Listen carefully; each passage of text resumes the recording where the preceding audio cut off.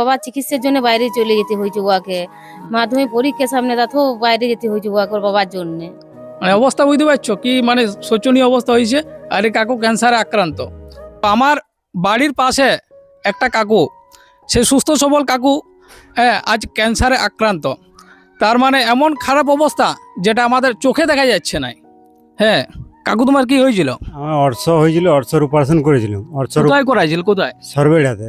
দিয়ে অর্শর অপারেশন করাবার পরে কিছুদিন পর আর ব্লাড নামতো। দিয়ে এবারে সেটা ইয়া করে ওরাই বলেছিল যে এটা কনস্কোপি করতে। এখন কি পরিস্থিতি? এখন তো ক্যান্সার হয়েছে, তাই তো শুনলাম। এখন ওটা ক্যান্সার হয়ে গেছে। তাহলে বন্ধু তোমরা দেখো যে সরবেড়া হসপিটালে অর্শ অপারেশন করেছিল, আর সরবেড়া হসপিটাল আমরা শুনছি যে দিন দিন কিরকম পরিষেবাটা খারাপের দিকে যাচ্ছে।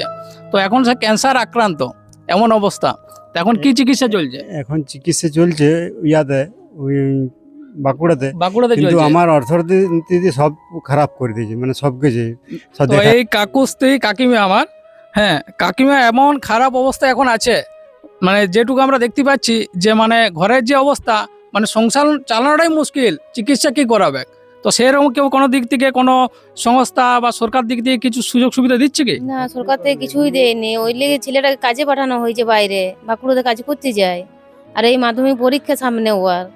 তো দর্শক বলে রাখি যে আমার দুটো ভাই, ঠিক আছে, কাকিমার দুটো ছেলে, হ্যাঁ একটা ক্লাস 6-এ পড়ছে সম্ভবত, হ্যাঁ আর একটা এই বছর মাধ্যমিক দিবে, 16 বছর বয়স। তো সেই ছেলেটাকে মানে দুমুঠা খাবার জোগাড়ের জন্য কাজে চলে যেতে হচ্ছে, আর 2 তারিখ থেকে পরীক্ষা।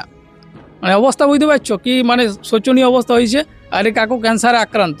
তো এই সময়টাতে তোমরা যদি পাশে যদি না থাকো, বিশেষ করে আমি আমাদের কেঞ্জাকুড়া গ্রামবাসীকে বলবো, আমাদের যে সমিতি, 16 আনা সংগঠন, যে ব্রাঞ্চ যা কিছু আছে, হ্যাঁ সবাইকে অনুরোধ করবো এই সময় এদের একটু পাশে দাঁড়াতে।